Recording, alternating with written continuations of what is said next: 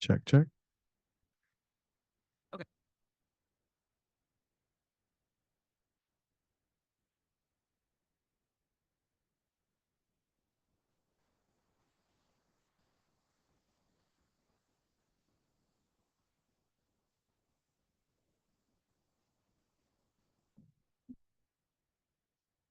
Good morning, everyone. You can tell it's the beginning of the year. I think we're all still getting started, but we're gonna get started today. I am here today. Our chair now has a conflict. But I've got an announcement about that in a little bit. So welcome to our January 23rd, 2025 Social Equity Working Group meeting. We're gonna call this meeting to order at 9:35. Before we get started, I'm going to ask our interpreter today to introduce themselves and walk us through how to access our interpretation services for today's meeting. Good morning. Announcement from the interpreter. To use the interpretation feature, please scroll to the bottom of the Zoom screen where the meeting controls are. Click on the interpretation icon, the world, and select English as your language. If you're joining through the Zoom mobile app from a cell phone, tablet, etc., please press the ellipsis, then interpretation, and then choose your language. Finally, click on mute original audio to not hear the original Spanish low in the background. Headsets are available for interpretation. If you're in the meeting room, please check out a headset from the receptionist in the lobby. Aviso por parte del intérprete: para hacer uso del servicio de interpretación, favor de desplazarse a la parte inferior de la pantalla de Zoom donde aparecen los controles, haga clic en el icono de interpretación, el globo terráqueo y seleccione Spanish, español. Si está utilizando la aplicación móvil de Zoom desde su celular, tableta, etc., presione los puntos suspensivos, luego interpretación y luego el idioma. Si no desea escuchar el audio original en inglés en el fondo, por favor seleccione Mute Original Audio o silenciar audio original. Contamos con auriculares disponibles para el servicio de interpretación. Si se encuentra en la sala de la reunión, favor de pedir auriculares con la recepcionista en el vestíbulo. Gracias. Thank you. Thank you. Now I'd like to take a moment to acknowledge the land that we call home. We acknowledge the harmony that existed between the land, nature, and its original peoples who have since endured displacement, persecution, and systemic oppression. We pay our respect to the unceded territory and homelands of the 18 tribal nations in our region, the most of any county in the United States. This land has nourished, healed, protected, and embraced them for many generations in a relationship of balance and harmony. As members of the SANDAG community, we acknowledge this legacy. We aspire to learn from Indigenous traditional knowledge and experiences in undoing the injustices of the past.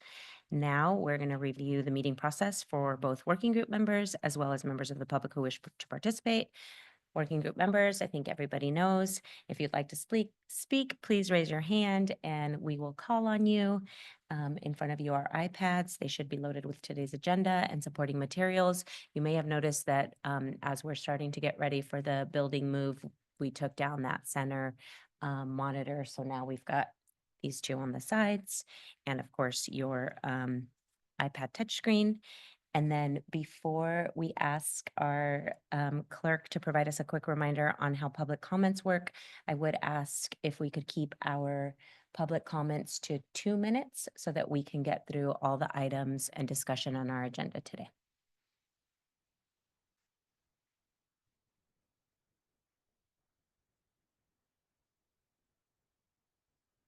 Thank you, Chair. As noted on the cover page of today's meeting agenda, in addition to emailed comments, the public may also provide live comments during today's meeting. If you are a member of the public here in the room and would like to provide comments on an item, please submit a speaker slip to the clerk.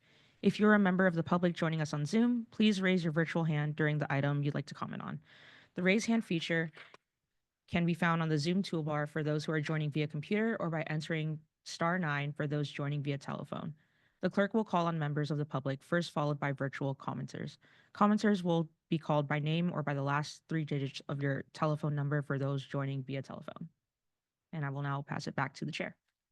Thank you, Kat. Do members of the working group have any comments, questions on procedures before we continue? Okay. So we're going to start with item number 1. Do we have any public comments for non-agendized? Yes, we have 2 public comments in person and 1 online. First public comment we have from Purita Javier.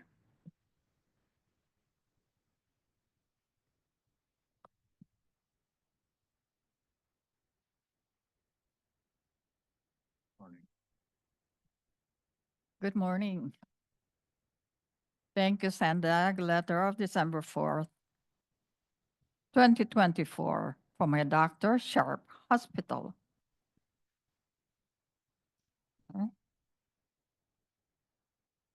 My patient, Purita Javier, requests my documentation in regards to how her surrounding environment affects her health. She continues to have significant anxiety and regards to the possible health effects related to air quality around her home.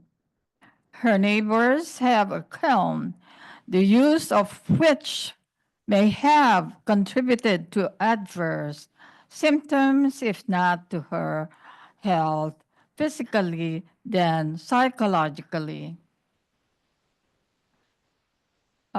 She lives in fear in her own home and avoid being outside. This anxiety has contributed to increased togetherness and elevated blood pressure. Appreciate your review and please take into consideration the decision regarding the same. Her name is Purita Javier.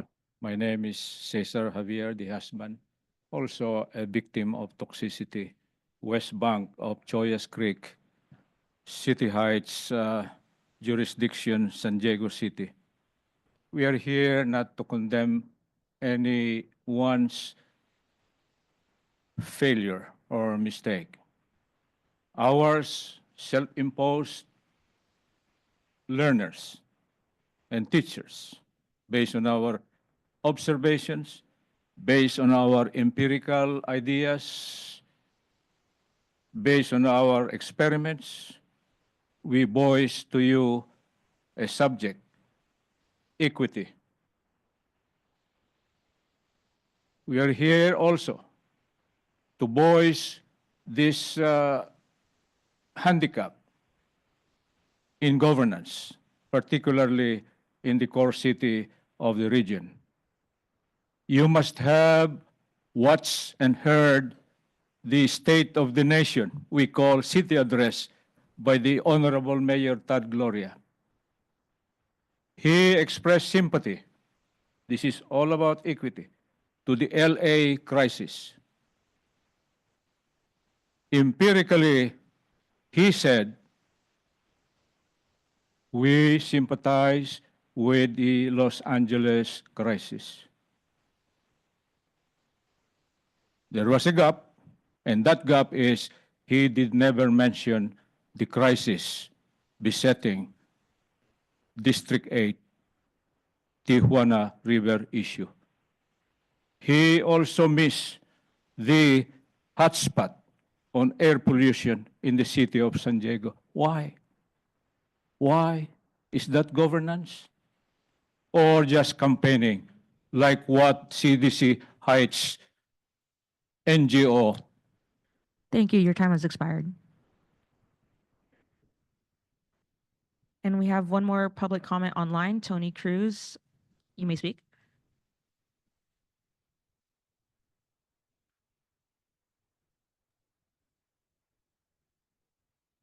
Hi, everyone. Good morning. My name is Tony Cruz. I am a policy manager on the clean transportation team at San Diego Gas and Electric.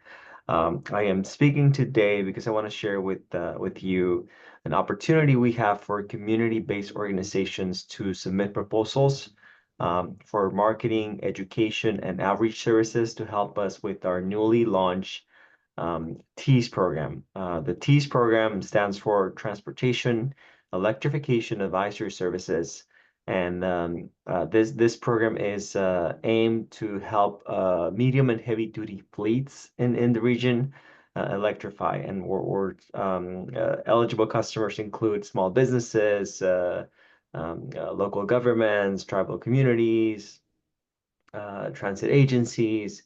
So we want to make sure that we are reaching most of the underserved communities in San Diego. So that's why, again, we are looking to receive proposals from community-based organizations that can do the marketing, education, and outreach services needed to reach these communities and some of these entities. So we look forward to getting some proposals and spreading the word. So I'll be sharing the information with staff so they can distribute to you and to the appropriate organizations in our region. Thank you so much.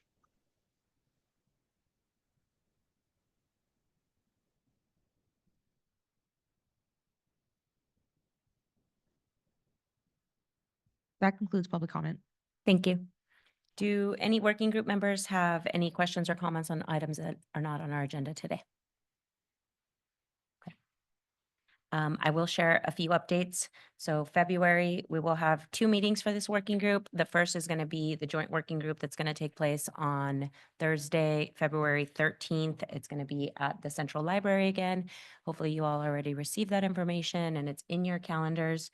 We are going to keep our regularly scheduled meeting on Thursday, February 27th as well. So 2 meetings in February. And for those CBOs who participated in the Vision Zero efforts, we finally, I think these are materials that you all were waiting for, but they are in the back. So before you leave, if you could see Rachel. Bundle of Spanish and English mini magazines. So thanks everyone who helped us create these during the Vision Zero outreach. We finally have them. And if you unfold them, it's a poster on the backside. So grab a bag or 2 on your way out and use them at outreach events throughout the year. Thanks. Thank you, Rachel. We'll now proceed to approving our agenda item number 2, which is the November 21st Social Equity Working Group meeting minutes. Do we have any comments from members of the public on this item? Yes, Chair, we have one in-person comment from Cesar Javier.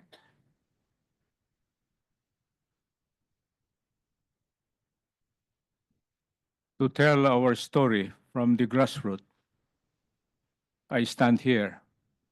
Again, not to comment, ma'am, but perhaps in our effort to bring about all about this historic recording, which is to be approved as minutes. In our exposure in all meetings for the whole year of 2024, I believe that this is a very important item. Example, governing body meeting at the Air Pollution Control District. Look what happened to our Tijuana River issue. Look what happened to this hotspot happening now, hotspot city of San Diego. These are lessons that should be placed in the minutes so that members and planners and thinkers, public, GOs, NGOs would have that benchmark all the time when they gather. And that would remind them, where did they stop thinking? And supposed to proceed with more reinvigorated ideas and solutions. This is all about SANDAG, which we are very thankful because we discovered this premier planning group. We are supported by the federal. In fact, they mandated you, us. We now call us because we are here connected with you, engaged with you to inspire you, bring you up, lift you up, in a hope that you will have clean air to breathe and make a very clean decision, which we need at this very time, state, and condition.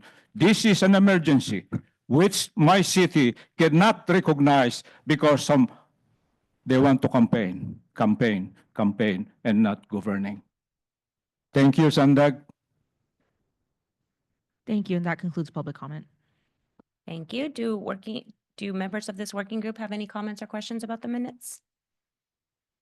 Okay, just as a reminder, you do not have to have been present in order to vote on this item. May I have a motion to approve the meeting minutes? Thank you. I have a motion by Carol. Can I have a second? Thank you. Second by Marjana.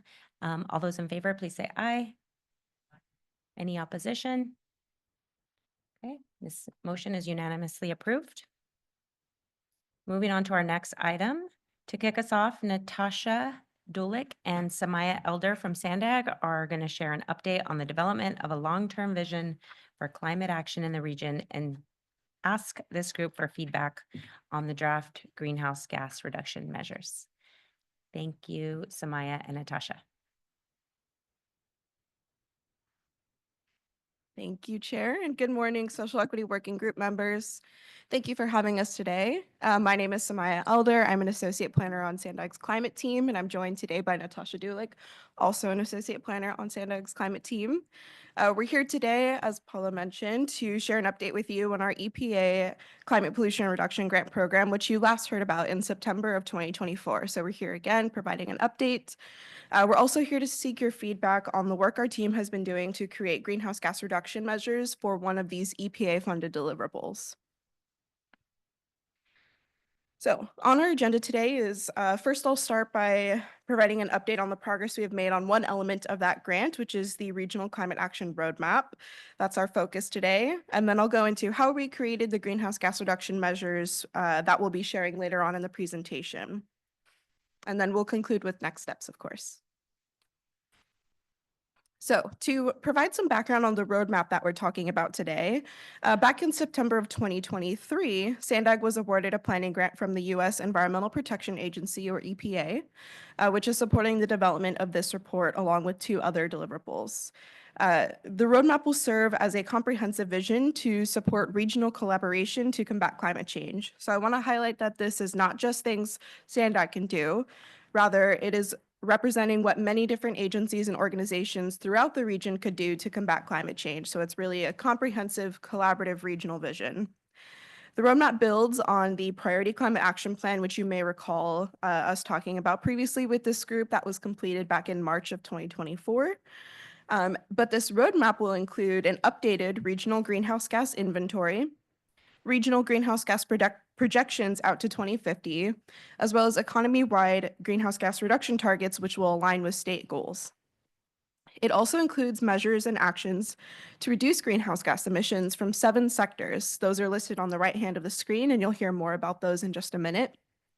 And then lastly, the roadmap will also be looking at benefits to environmental justice communities, reductions in air pollution that would occur if these measures were implemented, and anticipated workforce needs.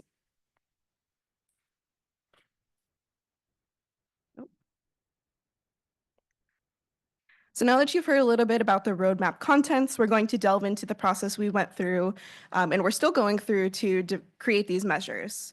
So back in July of 2024, we hosted a regional climate table workshop, which I believe some of you were able to attend, and thank you again for participating.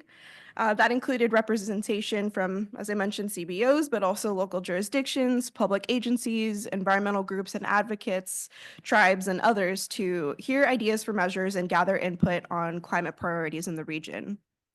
We then spent the next several months compiling and assessing the information that we had gathered and conducting additional research to supplement it, including looking at existing local climate efforts.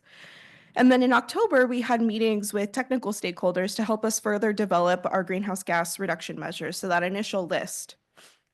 We also have numerous ongoing activities that are helping us get feedback on measures and climate priorities. And these include interagency meetings with local government climate staff and other public agency stakeholders, partnerships with CBOs to conduct community outreach. So we're currently partnered with Bayside Community Center, Mid-City Can, and Urban Collaborative Project, which has been really successful and we're really grateful for.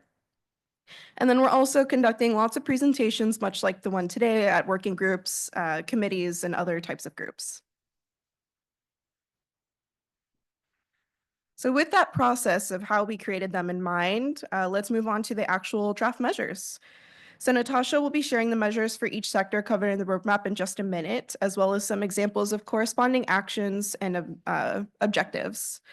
However, I definitely want to note that the measures are very comprehensive. They start on page 10 of your agenda packet today if you'd like to take a look. So we're not able to capture everything in today's presentation, but what we do welcome feedback at the end of our presentation on what we're about to walk through.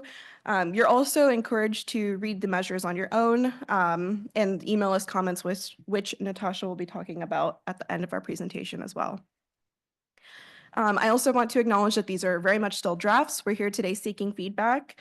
And just another reminder highlighting that these measures are intended to represent a wide variety of stakeholders in the region. So lots of types of agencies and organizations that could be implementing these projects to combat climate change. It's not just SANDAG. So with that, I'm going to turn it to Natasha. Thanks, Maya. All right, so like she said, I'm going to dive into all our different sectors and their accompanying measures. So I'll start with transportation, which measures include continuing and growing many of the key projects and programs that are already underway in our region.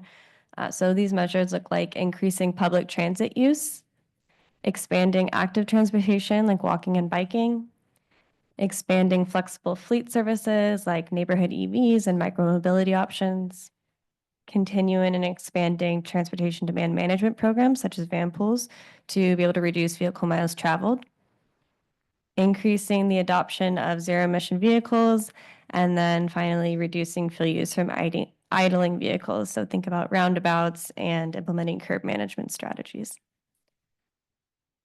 So this next slide has two sectors. And just to note, because the future ones look kind of similar, the measures are color-coded here on the screen, and in the right corner, there's those icons that correlate to those colors. So I'll start with electricity, which is here in blue. We just have the one measure to decarbonize the regional electric grid. And this would include things like increasing participation in fully renewable electricity options, as well as increasing the generation of distributed renewable energy throughout the region. And then for our building sector, we have two measures in gray, and those are increasing the electrification of buildings and then increasing energy efficiency of buildings for those that are already electrified. And then for both of the buildings measures, we would be looking at municipal, residential, and then non-residential or commercial buildings. Moving on to another two sectors, we have natural and working lands and waste and materials management.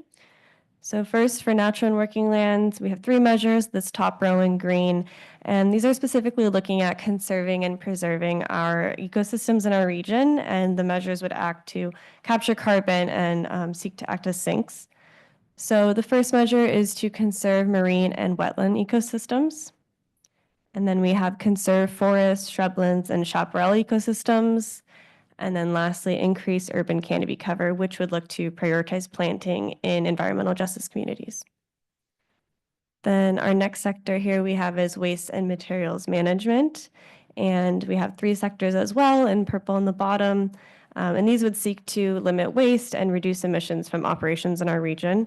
So these measures include divert waste from landfills, that would include organic waste, as well as waste from construction and demolition. And then we have a measure to reduce landfill emissions through increased methane capture at our landfills. And lastly, we have a measure to reduce emissions from water and wastewater treatment facilities in our region.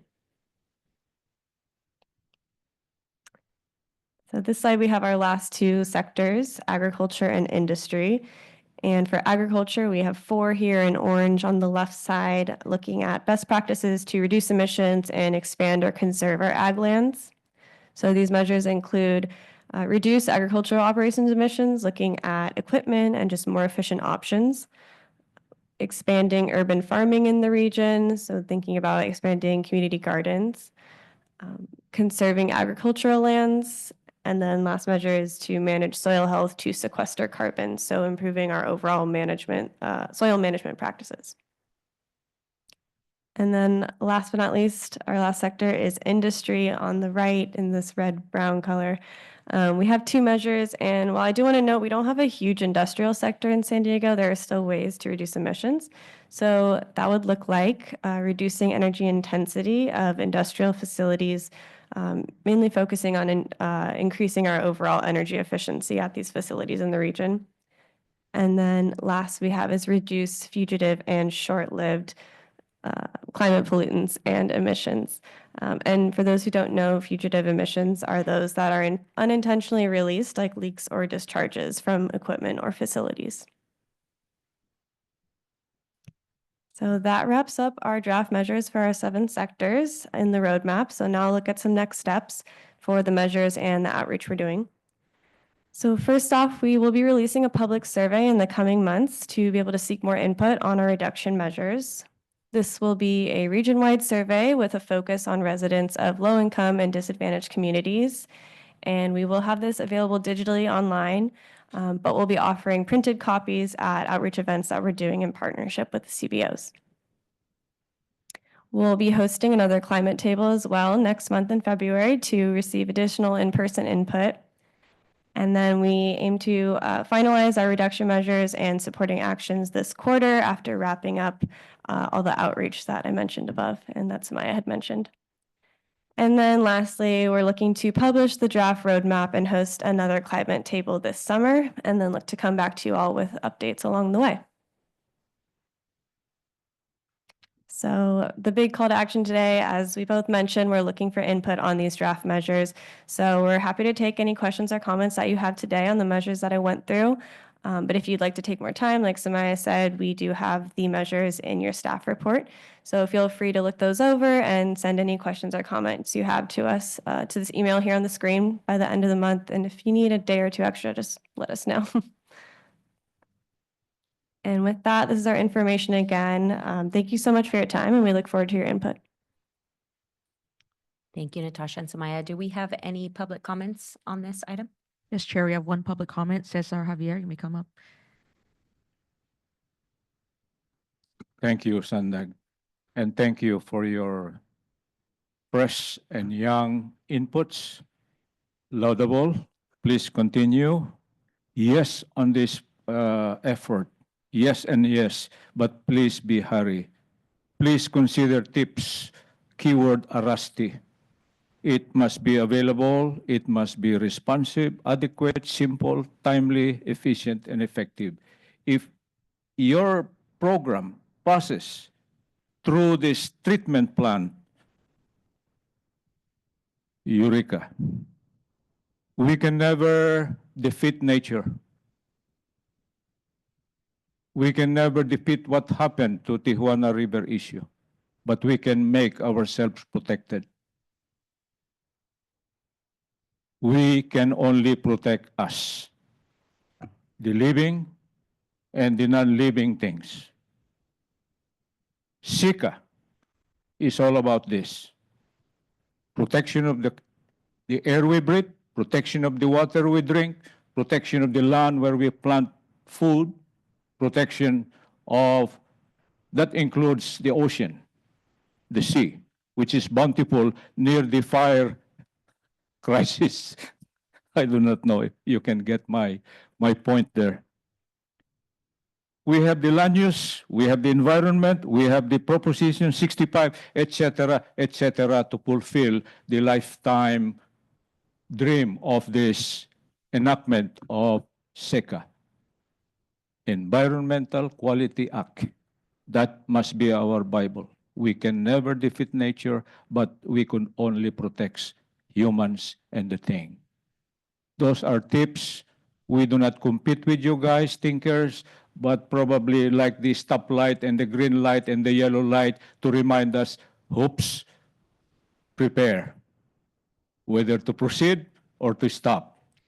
Thank you, and your time has expired. And that concludes public comment. Thank you. Do members of the working group have any comments or questions for our presenters today? Lisa? Hello, good morning. Thank you for the presentation. So much information, right, to digest, and just some initial reactions, particularly under the transportation section. It says increased public transit use, and I think appropriate framing would also be enhance public transportation efficiencies and active collaboration with MTS so that the result is increased public transit use.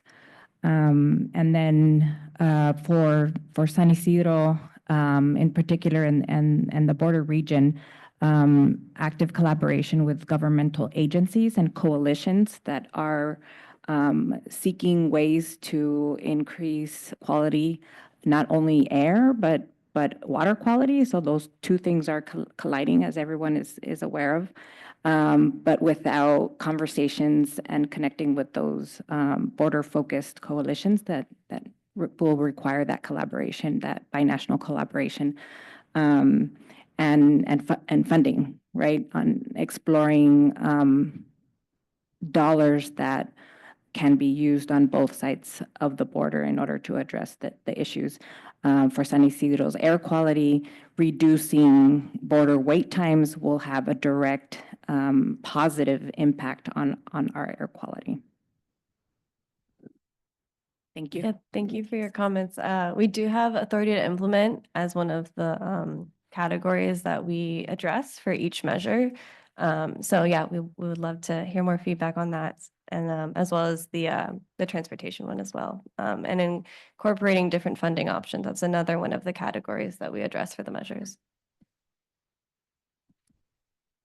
Anyone? Thank you for the presentation. I have a question. You're going to publish the draft roadmap in the summer. What happens after that? When is the final approved? And then what's the timeline for the actual investments? Yeah, good question. Thank you. So it's not going to be completed probably until fall. So once we release the draft, we'll be again doing another big push to look for comments, feedback on all the other sections aside from just the measures which we're talking about today. It's also the timing. Big picture is in line with the 2025 regional plan. It's definitely a supporting document to that. So we're looking at making sure we're on track with all of those regional plan milestones as well. Okay. So it'll be done by the end of, sorry, short answer, it'll be done by the end of the year, probably early fall. Okay. And then does the EPA give comments back to the agency, or what happens once the plan is actually there? Yeah, so since it's grant funded by the EPA, we'll be submitting it. They, I believe, are able to provide comments, but we're kind of working with them throughout the process to ensure that we're meeting all of the grant deliverable requirements. So, for example, when we went through this process for the Priority Climate Action Plan last year, they accepted our deliverable, but that would be kind of the final certification process, so to speak. Okay. And then do you have to apply again to get funding for the plan, or? They haven't stated that any implementation funding will be made available specifically for what they call these comprehensive climate action plans. So the title of ours specifically is the Climate Action Roadmap. So we're keeping an eye on it. And as Natasha mentioned, one of the sections of kind of the larger roadmap document, which you'll see this summer when the draft is published, is looking at funding sources, particularly outside of the EPA, since they have not stated that they will make funding available. So welcome any feedback on that too. Great. Thank you for clarifying. Yeah, thank you for the presentation. Upon looking at it, I mean, I don't have any comments, but I'm more of a question. So upon looking at the different strategies that are in this document, what comes to my mind is this involves a lot of different government agencies, right? Even beyond the local context. So I'm just wondering how they were included in the conversations to create this document. And then to kind of piggybacking off Belen's question, this is kind of the purpose of this document is to serve, I guess, as a resource, right, for the agencies to find ways to get closer and meeting our climate goals. It's not necessarily a document that has any kind of teeth or anything like that's more of a guide, right? If the agencies or local government is seeking to reduce greenhouse emissions or get closer to climate goals, to be a roadmap. Okay. Yeah, two really good questions. So on the first part regarding interagency collaboration, that's a great point. And so that's why our outreach for this plan has been really extensive, because we need that buy-in, right, of all the agencies that we're saying could implement these types of projects, depending on just kind of, our respective levels of jurisdiction and authority and things like that. So I mentioned a couple slides back that we've been having regular, okay, sorry, it's not working. But a couple slides earlier in the presentation, we've been having regular interagency meetings, and that has included climate sustainability planning staff from local governments. In addition to those, all those folks and more. So I'm thinking, you know, the the Air Pollution Control District and San Diego Community Power and other types of kind of similar public agencies have been included in our climate tables, and we have one-off meetings to discuss, you know, specific sectors or measures that they could really provide or lend expertise on. So we definitely are conscious of that, and kind of related to your next question, that's correct. Nothing in this plan would be required to be implemented. The way that I really like to think about it is kind of a menu of options. Like we're creating this really comprehensive menu of options for the region and then making that available to all these different types of folks that could be working on then subsets of the plan to kind of reduce our overall emissions. So do you want to add anything, Keith? Hey, good morning. I just want to add to Samaya. My name is Keith Greer. I'm the Deputy Director for Environment and Climate here. So Samaya was talking about the regional plan and this climate action vision. And it's a vision, it's not a plan. It's what we want to aspire towards. How those relate, the regional plan has a sustainable community component to it. The climate vision has many different sectors, some of which the regional plan covers, such as transportation, some of which it doesn't, agriculture, industry, et cetera. But all those sectors contribute to GHG, and all the measures are helping to reduce the GHG. So the implementation of the vision will consist of both implementation of our regional plan for those measures that are covered, and then for the vision, looking for funding opportunities and partnerships with others who are in control of that sector, such as building efficiency. SANDAG doesn't do that, but our partner agencies do. So as funding comes up, we will direct the funding, either something SANDAG will do or direct it to our partners for them to implement. So that's why it's a vision, and that's why we're kind of hoping in the future we'll tie the regional plan to the vision together and ultimately reduce carbon in San Diego. Other comments, questions? Lisa and then Claire. It would be really helpful, I think, for me and for feedback purposes, what SANDAG does have in their control and what MTS does have in their control, so that we can really focus on the things that are doable in the foreseeable future. Thank you. That's really helpful. And you know, thinking about all of the information that will be provided for each of these measures, we're still in the early phases. So I think that's a great point. We can certainly include that in the narrative leading up to it. You know, what does kind of the different levels of authority in the San Diego region look like?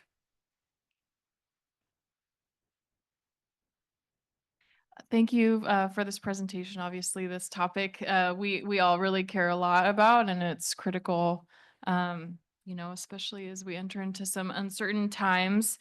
I have several comments and questions, so I'm just gonna put it all out there. I don't expect necessarily responses to everything, but kind of piggybacking off what Lisa mentioned in your first comment around collaboration with our neighbors in Mexico. You know, if we're thinking about just like our region, that does include our border region, and you know, we all know kind of the transit chaos that happens at our border and the amount of emissions that are happening in that area, and making sure that we're in collaboration to address that. I think without that, you know, there will be challenges in terms of reducing emissions, especially in San Ysidro. Another point, a couple points around agriculture. Is there was a piece about land access and, you know, increasing access to land for urban farms and things like that. And there's definitely a challenge for farmers or aspiring farmers just around like costs, right? And so if we are looking towards a future where we have abundant food in our region that is not contributing to the climate crisis, access to land is going to be really important. And so having something in the plan around that is important. The San Diego Food System Alliance, San Diego Food Vision 2030 has a lot of great information in there if you haven't already seen that. And then I think there's also just a general piece around education, particularly as it relates to gas in our homes and in commercial use in restaurants and things like that, right? Gas stoves. Been a lot of there's been a lot of kind of marketing around gas as the way that we produce our food. And so there's actually a lot of pushback to switching to electric or induction. And so I think it's going to be really important to have education around that, both for community members and for businesses. We've seen that in our community. And then land use, thinking about industry, in environmental justice communities, we have a lot of industry, and that's what's contributing to a lot of our air quality issues. And a lot of that is related to land use decisions that were made decades ago. And now when decisions are being made about new businesses coming in, the answer is, oh, well, it's fine because the zoning is correct, rather than saying, oh, maybe we need to switch the zoning so we don't continue to have more polluting businesses coming into our neighborhoods. And then my final points are just around resources, right? So not sure about the EPA and what's to come with that. And so looking at, there is a lot of wealth in San Diego. And so if we're looking at like solidarity as a community, is how are we mobilizing philanthropy in San Diego? And so there are also a lot of, community-based organizations. We're already doing a lot of this work that's in this plan. And so how can we collaborate to uplift the work that's already happening to make it even more impactful, and then to really mobilize that, the philanthropy that is in San Diego to kind of achieve some greater missions together. So that's all. I'll get off my get off the soapbox. Thank you. Let me just address the first element you're talking about, which is it's a binational issue, the climate issue. And we agree. And I just want to kind of give you a teaser about an item that's going to come to you in the future, to your committee here. SANDAG has received a $2 million grant from Caltrans to look at a binational effort looking at climate adaptation and environmental justice. It's just kicking off this month. So February it's kicking off. So we're working on towards looking at a plan, kind of like we did for San Diego for the regional vision here, but looking at the binational effort of what can we do to promote climate adaptation, what can we promote to environmental justice issues, such as water quality, air quality. And so as those project kicks off, our team will be coming back to you with both the understanding what the project is, how we're collaborating with our neighbors to the south, and also to the east, which is going to be also including Imperial County. So it's going to be ultimately a product that we hope can be brought forward into a future border master plan that includes not only transportation efforts, but also environmental justice and climate issues. So that's a teaser. We don't have a lot on today because we're just starting it off, but it's going to just address the issue of binational focus.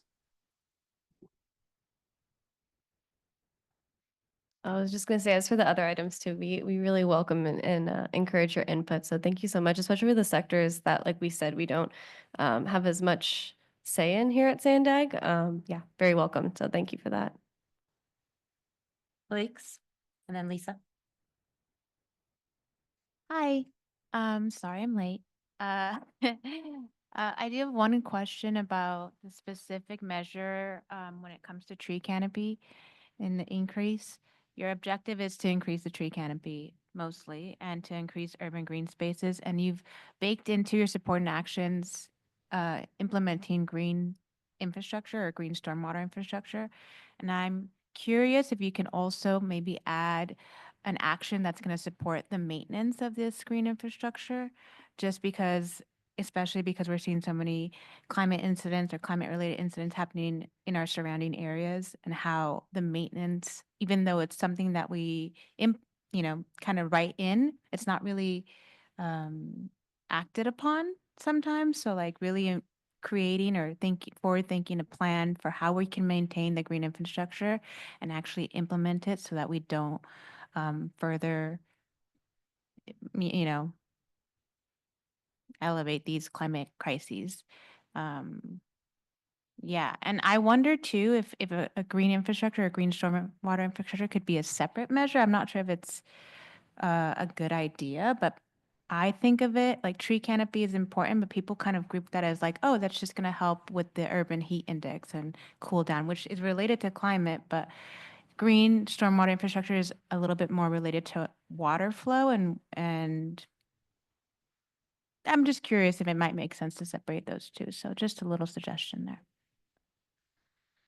Yeah, that's a great idea. Thank you for that thought. We'll definitely consider it and look more into it. We do consider another part of the measures is looking at milestones and remembering like to include the maintenance aspect of everything and making sure that we build systems and programs that continue and last for years to come, not just in that moment. So yeah, thank you for that comment.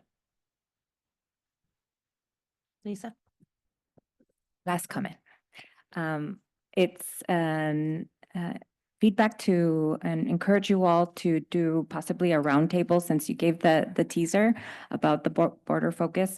So there are several organizations in the San Diego region that were able to gain community change grant funding through the EPA, and the efforts with and the outcomes of those projects are significant and should be kind of wrapped in part of the equation and the planning down the road.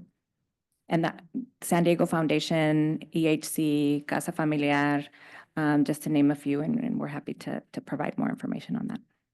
Thank you. We appreciate that. Other comments, questions from members? Okay. Thank you. Thank you. Thank you. Okay, we'll move on to our next agenda item. That's number 4. And this is going to be an update on the San Isidro Mobility Hub and the Blue Line transit-oriented development projects. We are going to hear from Lizzie Havey and Zach Hernandez from SANDAG. Welcome, Zach and Lizzie.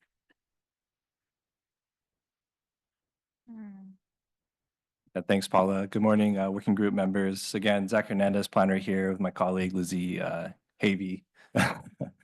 Sorry, got to get the name right. But yeah, we're here to present a couple updates on multiple efforts that all kind of have the through line or a shared goal of improving how we serve our South Bay and our border and our cross-border communities, not just with mobility and transportation, but also with strategies to look at improving the urban context in and around a couple key stations to maximize the community benefit.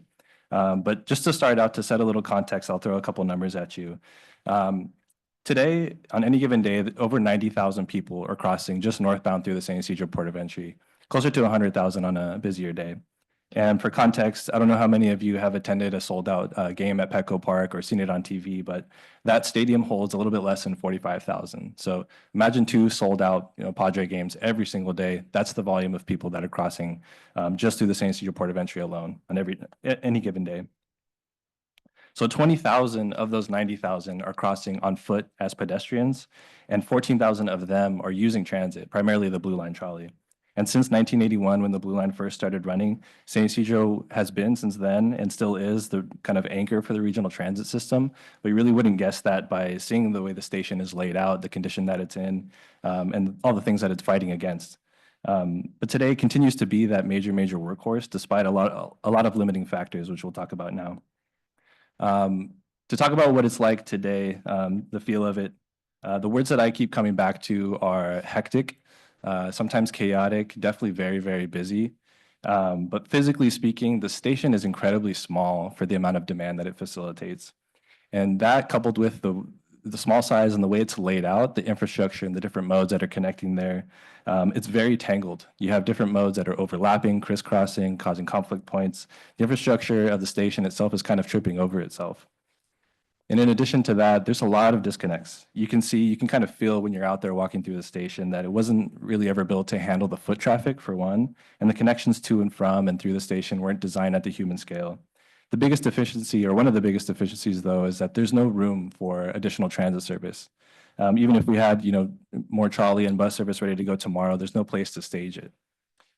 Keep in mind, out of the 90,000 who are crossing northbound every day, 70,000 of them are doing so in their personal vehicles, despite the long, unpredictable wait times adding to the poor air quality, which was just discussed. For them, a lot of those people, the Blue Line and the local 906, 907 routes simply isn't an option. So while we have a responsibility as kind of a long-range regional planning agency to look at the future, we also have an existing system that needs improvements. So over the last couple of years, SANDAG, MTS, City of San Diego, and Caltrans worked together to plan for more near-term improvements to the existing transit center, improving what we have out there today. So through lots of brainstorming sessions, stakeholder discussions, gathering community input, sharing ideas with station users, we came up with a couple different scenarios for how to get more life, more functionality out of the station. And what we came up with were different station redesign concepts, if you will, all of which achieve the things that you see bulleted on the screen, but it really comes down to a better human scale connectivity, more physical capacity for transit, and all while trying to accommodate the secure and sensitive needs of CBP operations happening through and just south of the station, and also trying to keep our footprint kind of minimal and limiting the impacts of private property so that we can actually turn dirt on this project sooner rather than later. And so we came up with a concept A, a concept B, and a concept C. We don't have too much time to get into all the nitty gritty, but I think the key highlight to pull out is that what we found was there are ways to improve and make a real change and a significant impact at the station with something as simple as even just shifting where the trolley platforms are by a couple 100 feet to really unlock and untangle the station itself, provide better operations, better flow, better pedestrian connectivity. So while we advance those things in the near term, we also know there's a need for a long-term vision, but this clip will just give you a sense of the existing condition and what it might look like with these near-term measures implemented.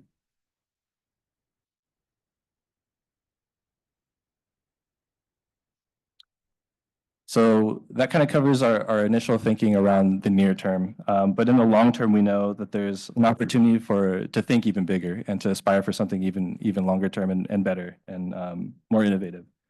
Not just for transportation, but also for development in and around what is a major hub already and what really should be a major flagship station for the region, an incredible public space, a useful public space for the community that uses the facility.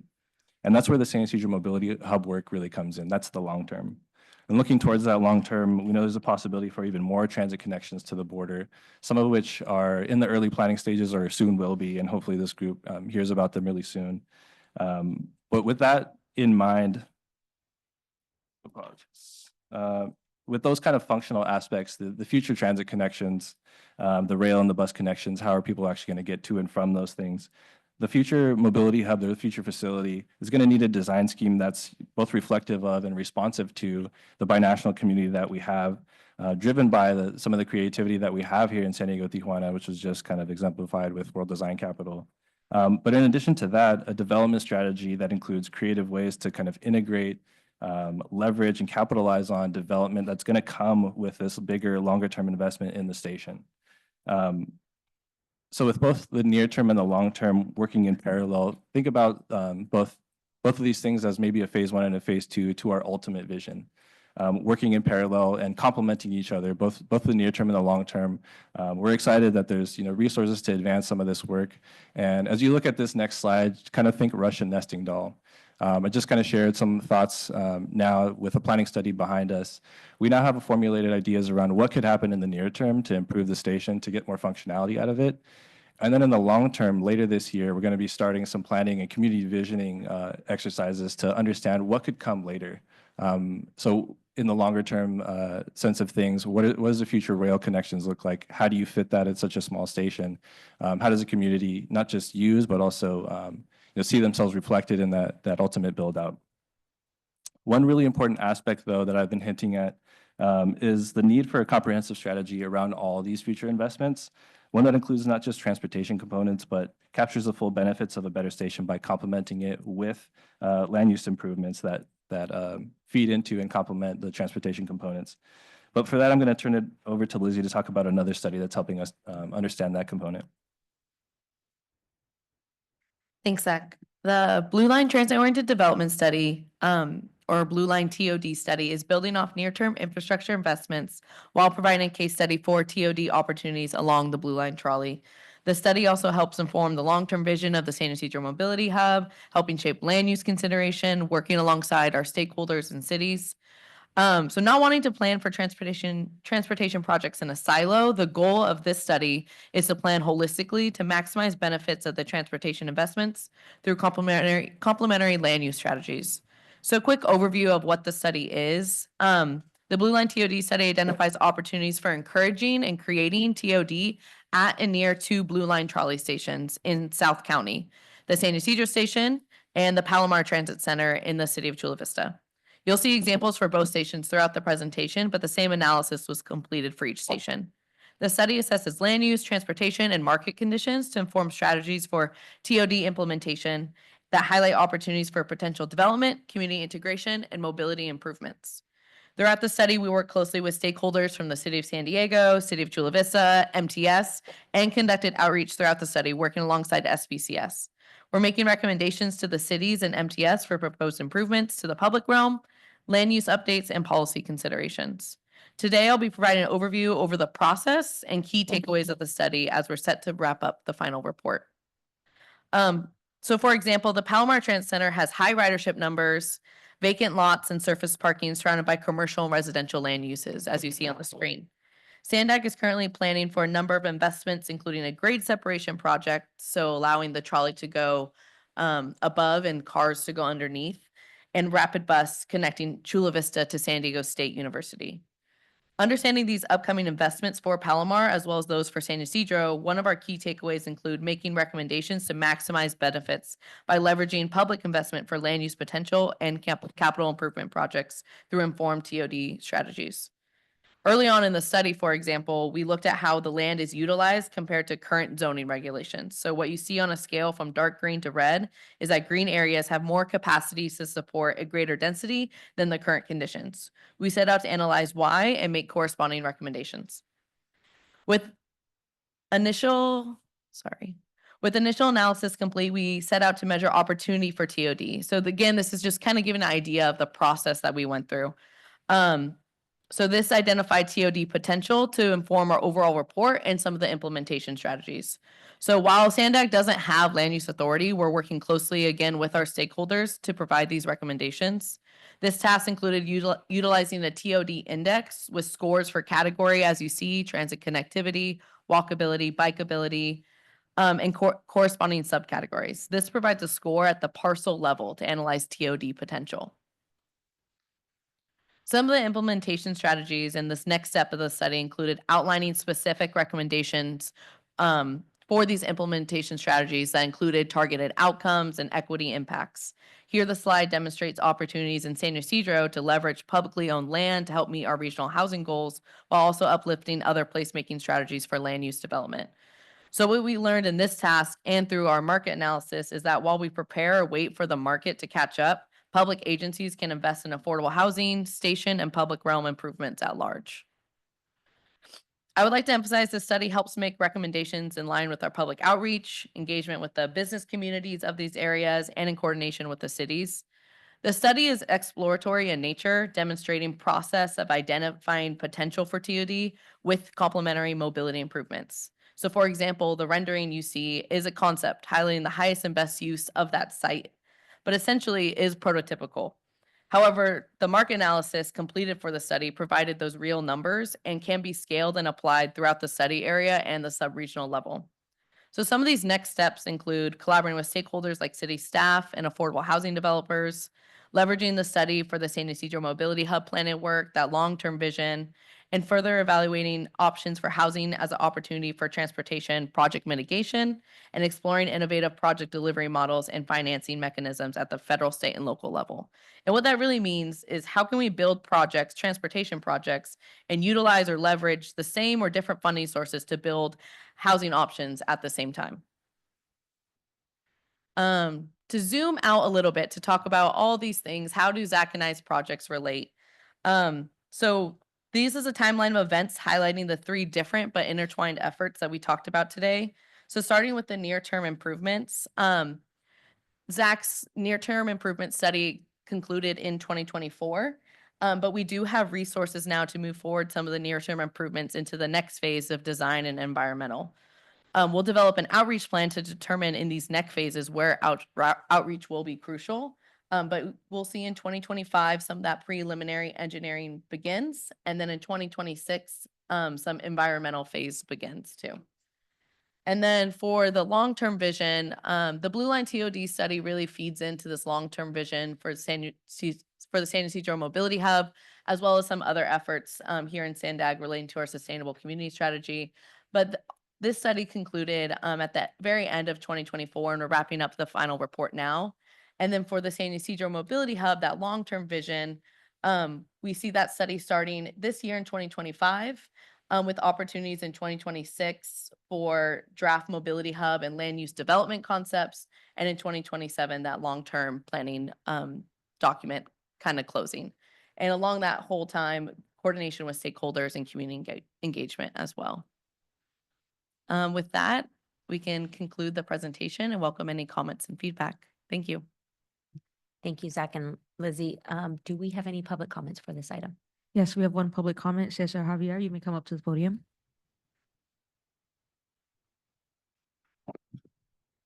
Transportation mobility, expertise of SANDAG, mandated and budgeted by the federal government. Wow, that's we call power. And thank you for the presentation. We learned from it and we will digest it on my behalf and my wife here as community volunteer. 2 minutes is not enough, but then thank you for that span of period.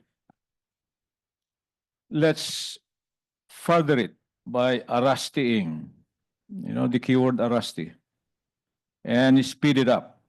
I wonder if we have some short-term approach. For instance, looking back where this east-west railway, how this concept was put into actual. Could we play that kind of game so we could now put it while the geographic character would, shall we say, be utilized because it's still open? And project, look back, how this population grow. I will give you example, Metro Manila metropolitan area in the Philippines. 25 million humans. As big as, if I may make an estimate, part of San Diego region. You can Google that. How we survive. How we sustain. Perhaps you'll wonder why Uncle Cesar is here in America. I am not escaping from the challenge. Thank you. And your Thank time you, has SANDAG. expired. And that concludes public comment. Thank you, Clerk. Do members have questions or comments on this item? Lisa? Okay, it's going to be a long one, right? I do want to say thank you for the way it was introduced to kind of really help folks understand how day-to-day life is right at the border, and for those who experience that daily. And then if you're crossing the border daily, just the kind of hit on your quality of life that entails, and the militarization, and then in the future potentially the increased harassment that's going to start. So, but to the core topic of this project and the potential of the project, referencing again my comments from the last meeting, that there's a lot of discontent right now in the community because of the border to Bayshore bikeway infrastructure, and that engagement that happened like 13, 14, 15, 16, like that clump of years, and then nothing happened, and no follow-up conversation until construction started last year, right? So there was so much that changed in the community, and a lot of housing, affordable housing increase in specific areas. that really a deeper level of how certain neighborhoods were going to be impacted by that infrastructure. There was no real conversation on like the real design of it, right? It was always very, very high level. And so I'm hoping that you don't allow that to happen again for the opportunities and the planning and the design of the 5 to 10 year possibilities. And I think it can be very distracting when we might get excited or might get really, really upset about the potential of hearing a ton more affordable housing before addressing like the opportunities that we have in the next 5 to 10 years. And hopefully a way to separate that and understand the engagement timeline for both of those things distinctively, so that it's not so we're not combining conversations on something that we might not, I might not live to see, right? And a lot of people in the community, let's focus first on the things that we really might be able to see in the next 5 to 10 years. And CASA and a lot of people in San Isidro have been very, very vocal and very, very upset about the conditions or lack thereof of bathrooms, of public restrooms. So you mentioned the amount of pedestrians, let alone the vehicles that cross on a daily basis. And when those 14,000, is that what you mentioned? 20,000? 20,000 across, 14,000 using transit. 20,000 using transit, 14,000, 20,000 that cross. I think there's 4 or 5 stalls. Yeah, around there. I think it's 5. So 5 stalls, they're not always working all at the same time. They look like little cages. I've mentioned that before. I mean, you can see people's feet if you're walking by. You have to pay, is it still 25 cents or is it now a little bit more? I think it's more than that. I'd have to check though. 50 cents, I think, perhaps. And if you don't have exact change, then you don't get to use the bathroom. And so you can imagine how the businesses are impacted and just the quality of life after having to wait who knows how long standing to cross the border and to get into access transit and do all the things. If we're not talking about bathrooms first, you're going to have a very angry community. And we need to collaborate with MTS. So let's have those separate conversations. Let's not jumble them up is my plea and beg. Like, let's focus on the now, and then later, let's talk about the visioning process or completely different times to do those things. So there's just, and when the big visioning, the only thing I'm gonna drop is we're having to have a lot of community meetings to help recover and get people open again because of a really badly handled SANDAG presentation and community meeting in October. So let's go really big and let's think 15-minute communities. How do you access everything in my daily life within 15 minutes walking distance if you're going to go that big? Because that community deserves it. And there's things that the community doesn't even have, like a pharmacy right now. So let's do a study on all the things San Isidro doesn't have access to within its own community to help shape that bigger vision. Thank you. Other comments from members? I have one. Oh, I had this on the whole time. Thanks for your presentation. Kind of piggybacking on what Lisa said, she identified a lot of the concerns that San Isidro as a community deals with every day, or the lack of certain resources or amenities. And I would also maybe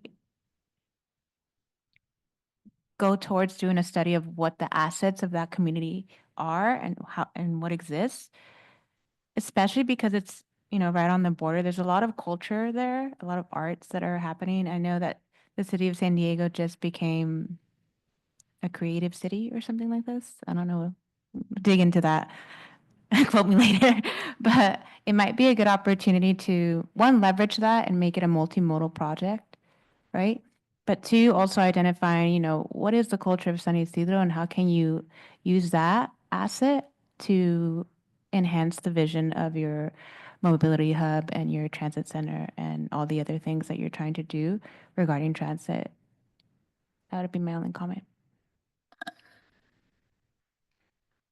Other comments?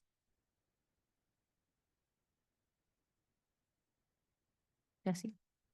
Yeah, I think all the comments on the short-term improvements, I think those are important conversations, but I think too, like, so to me, when I think of the San Isidro transit station, it's just really, really small, you know, and there's a lot of conflicts, right? You have people walking in the trolley, you have cars turning like right, and then you have a huge bus, and the space is just very, very tiny.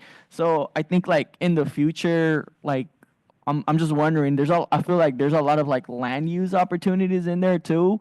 I know a lot of the space nearby is dedicated for like overnight parking, but I think as we look into making these improvements, those land uses that are currently, or how land is currently being used, might become obsolete over time, right? Like, let's say like when the dream world we're able to improve the transit system and more folks start to use it, there might not be as many folks using the parking spaces. So there might be an opportunity, you know, there. Obviously, that's like a bigger conversation, and I think there would be an opportunity to include some of the assets, you know, and that the residents of San Isidro need in those conversations as well, and just get creative with the land use, because I think right now it's just, if you ask me, it's kind of like a waste of space, just cars sitting there. Sometimes, you know, there's not a lot of people are using it either. It just depends on like the holidays or the days of the week. So just some ideas.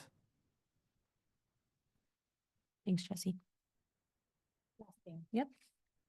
I didn't say community benefits agreement, so I'm gonna say that every single time this one comes up. So it's such a huge investment that's gonna have to happen.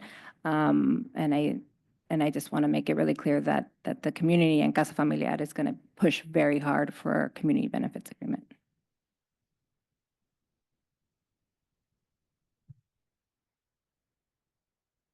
That it?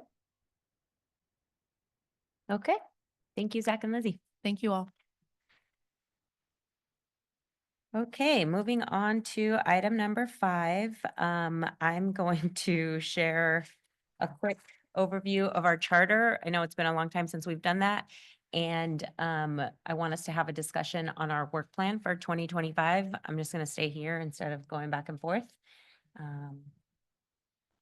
Do we have, I'm going to get all messed up here. Do we have any comments from members of the public for this item? Yes, we have one public comment. Cesar Javier, you may come up to the podium. Thank you, SANDAG.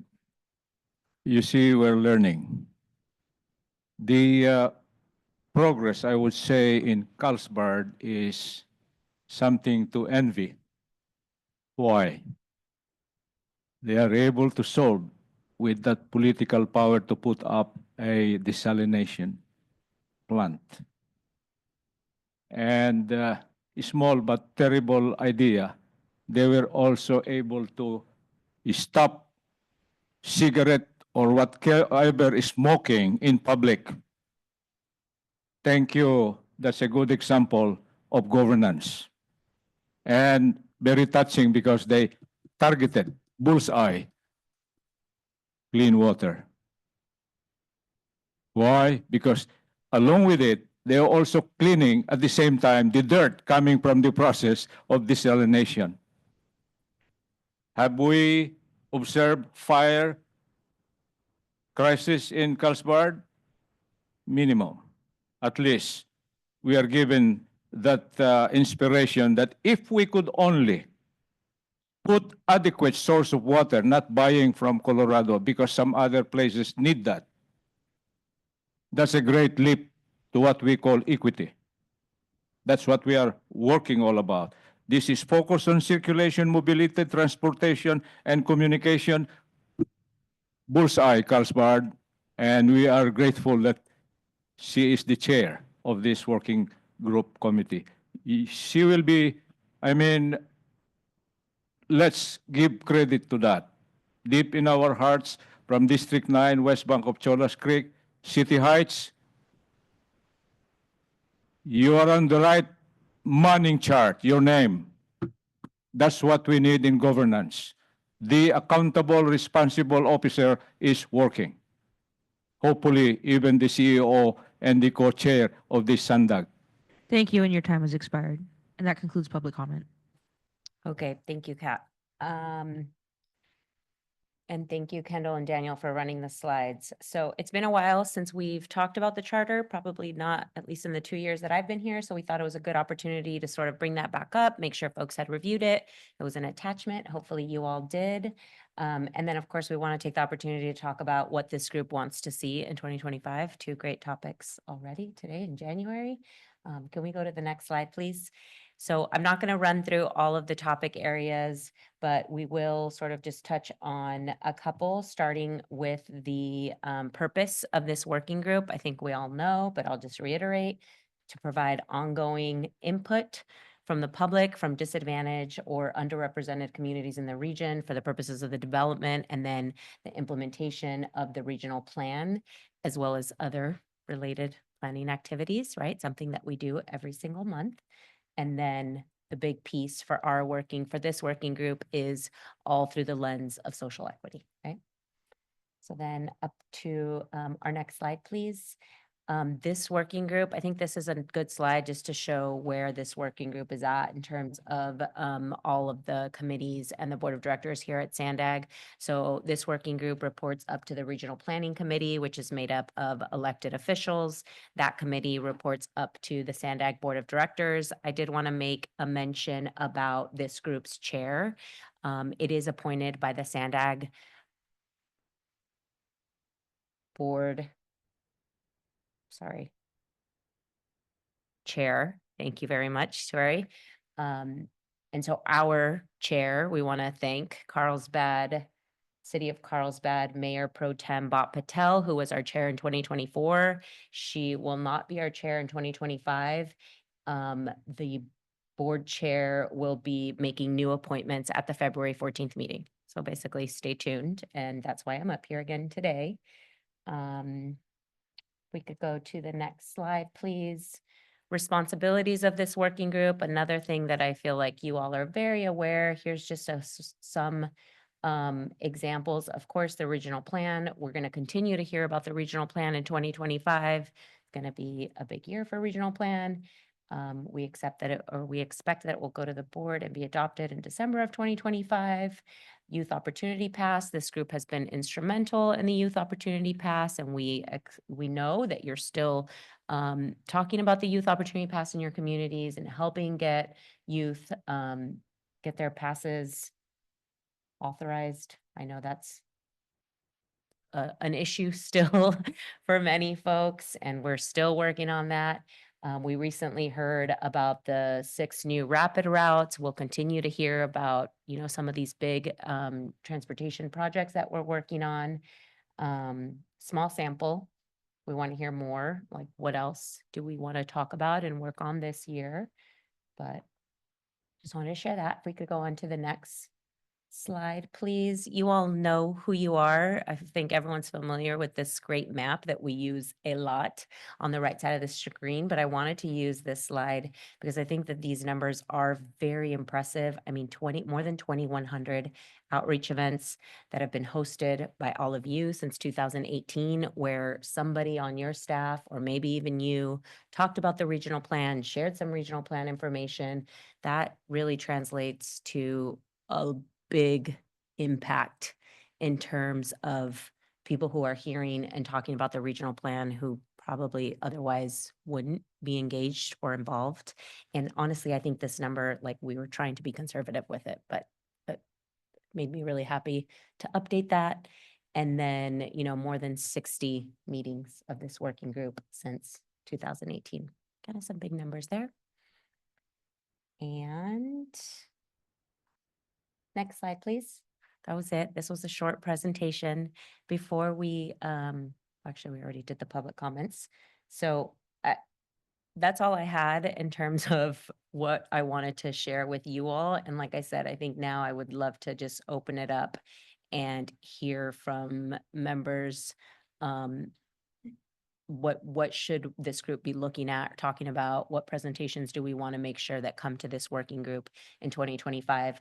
I think in the past, we would do it monthly, like what do people want to see? And then we had this very big list, but perhaps we could be a little more organized, and that way we can schedule out the year from the get-go. So I will stop talking and open it up to you all.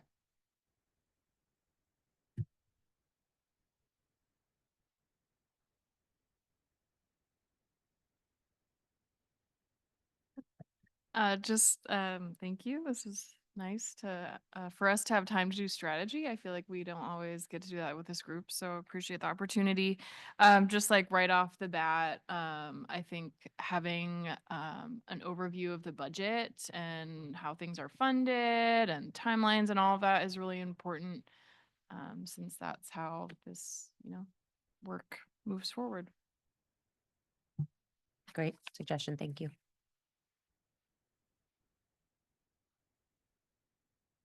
Lisa? Sorry, I was trying to be quiet. Didn't want to take up too much space because I know I've been talking a lot today. I think being able to kind of map out all the positive work that's happening and how those things can connect with different jurisdictions and SANDAG more.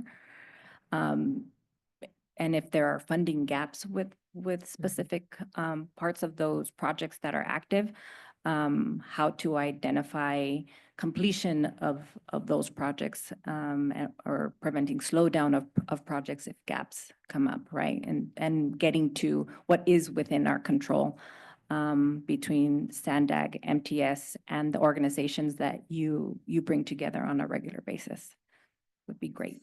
Yep. And the border stuff, of course, I think there's just so much kind of triangulating of the huge binational things that and conversations that are going to be happening, but at the very local level, there's a lot of work happening as well, and so we need to bridge those conversations and efforts, I think, too. Thank you. Good points.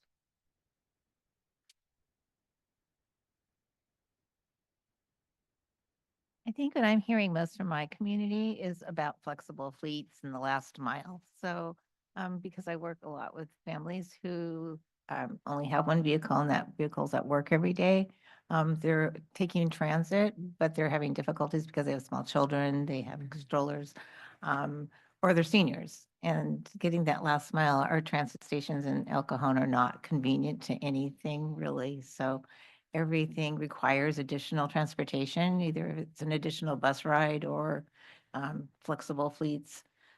So they're very excited about flexible fleets if we could continue that discussion. But I think just knowing what projects are going on in other communities, surrounding communities, so that we can share that information, that would be very helpful as well too. Jesse? I think too, so the ICC, we do a lot of like housing work, affordable housing. So I know SANDAG, that's under SANDAG's purview too. SANDAG does a lot of affordable housing, anti-displacement work.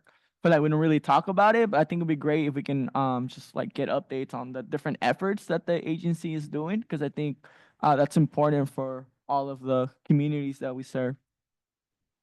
Thank you. Yeah, I meant to speak on housing too. I think we get a lot of presentations here about the great plans of what we're gonna do, but I just feel like we don't get as much data about, okay, this has been done and this is how it went. Like, there's the housing toolkit that they're gonna use with the cities to encourage them. Did the cities actually pick it up? Are they actually implementing it? How did the housing stock change? How did the housing prices change in the communities that we serve? Same thing with like the EVs, right? I think there's a lot of efforts to promote it. Like, has it been going up? I don't know. And yeah, I think just generally like the transit investments, it's like we want to increase it more. Okay, by how much did we increase the transit investments in 2024? By how much do we plan to increase transit investments by 2025? And by how much did we actually increase it? Thank you. It's great. Thanks. Yeah, Kathy. One of the things, and it's going back to what Lisa was saying about the San Ysidro hub, is we happen to, SBCS has 3 affordable housing projects right around the Palomar hub. And as I was sitting here, I was thinking about the additional money it cost us on those affordable housing projects because we are near the trolley station. And a lot of them were safety for our residents and that sort of thing.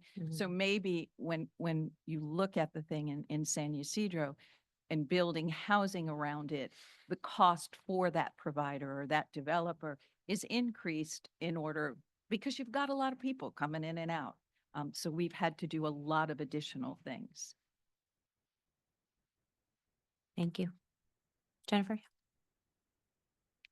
So I'm kind of piggybacking off of Bellen's comment. Not only, just receiving these plans and roadmaps with all the different objectives and action items, it would be interesting to know, or helpful, I think, to know what resources are available to the local jurisdictions or other agencies that are supposed to be implementing these suggestions and recommendations so that we can see whether or not they are actually effective. Whether that's us collaborating with local jurisdictions about these projects or about these recommendations, offering some kind of assistance or solutions. But I think it would be helpful because we can plan all day long, but if we don't know how to implement these plans, then they're really kind of a waste of time in a way. So it would be interesting to know what happens after the plans are given to local jurisdictions or other agencies and where they go with those next steps. Yep. Yeah, I think you're not alone in that sentiment. Definitely hearing that on other projects. Carol? I think one thing that we don't hear real often is what policies are coming down from the state. If we could have more information about what policies, I think we'll start seeing, different ones coming and changes in the next few years. So if we could have updates regularly about maybe some policies, things that we could be advocating for, or, sending letters in on behalf of our organizations or supporting. That's a great idea. We've had like policy updates at other groups that folks are involved in here at SANDAG, but not in this group. In addition to that, maybe local jurisdiction policies, because I'm going back to the comment you made about the tree canopies. And I know that some of the local cities on developments make you give a maintenance plan of your landscaping. And I wonder which of the jurisdictions do that and which do not do that. And for those who do it, what's the enforcement and how does it get enforced? Okay.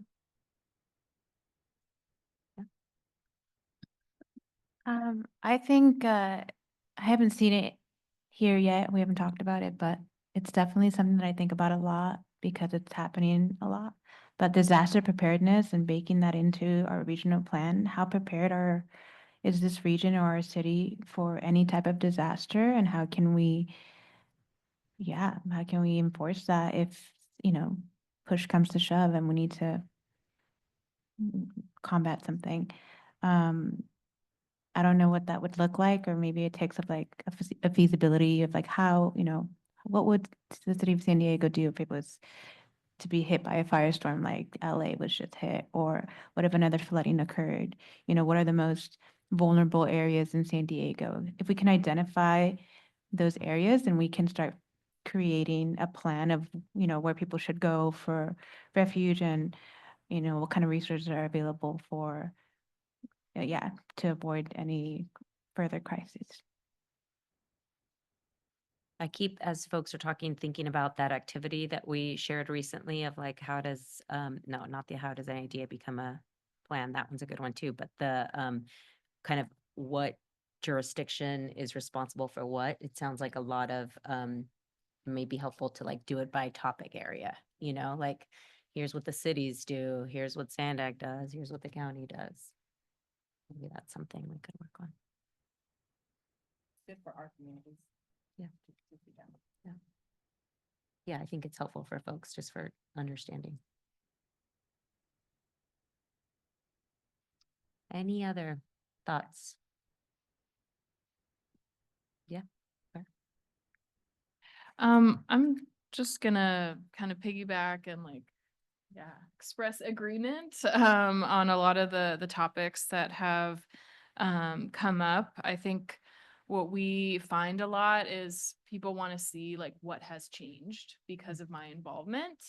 And if we're engaging people, I think we've been involved in this for like 7 years now or something. And so if people are like, well, you keep asking for my feedback, you keep asking for my feedback, and what has happened, it's hard to stay engaged, right? And so I think celebrating our wins, like the YOP is a huge win for us to be able to say like, hey, because of your involvement, now our youth have this opportunity. And so continuing to uplift those things when they do happen so we can like keep people involved for the long haul, I think is really important. Kind of like disaster preparedness. And then I think along with that is just like looking at the political climate, and like I might call it a disaster, but right, there's like challenges that are going to come and will continue, and whoever knows what happens. So like, what are we going to do to prepare for that? Like, how can we prepare for that? How can we commit to being in solidarity and to the values and the commitments that we've already made to reducing greenhouse gases in our communities, regardless of what happens, right, at different levels.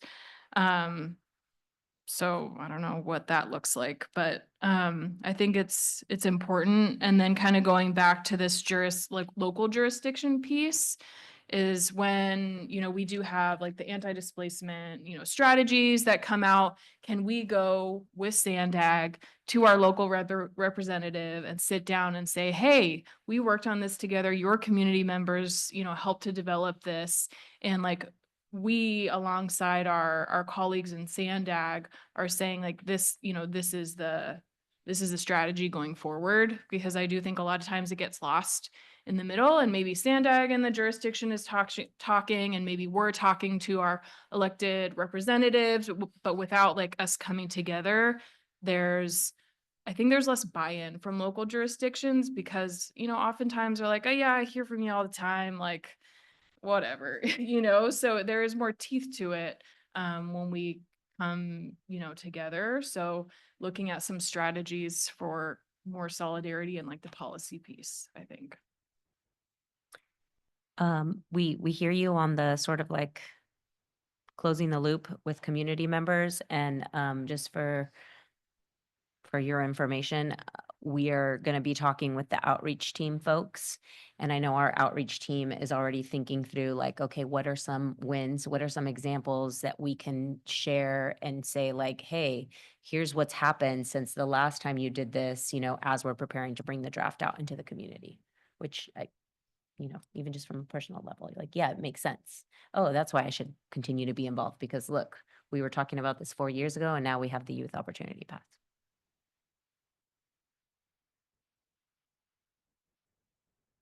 Any other comments?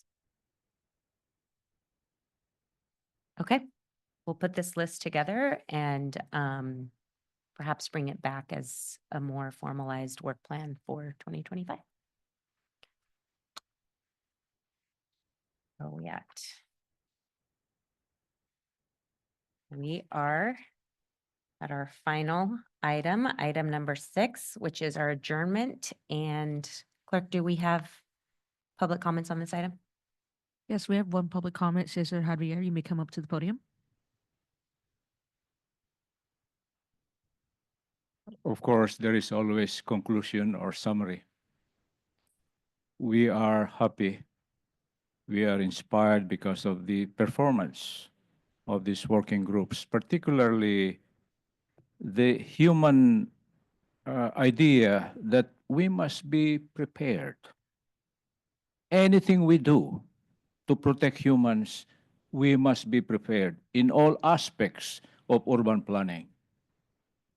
Elements shell, man and his shelter, our society, and the last one, which is the last element of the efforts of SANDAG, mobility, circulation, probably include communication. Man is the center of that young lady who mentioned, hey, let's plan for preparedness. We have lots of evidences, proofs. Tijuana River issue, the hot spots in the city of San Diego regarding air pollution. Let's just remember three things: clean air, clean water, clean food. I think we could survive against neighborhoods that are not protected by the police or the residents themselves. In doing so, we experienced. We were the ones restrained by justice. Hey, Mr. Saber, do not put your radio on preaching and religious practices because it affects your neighbor.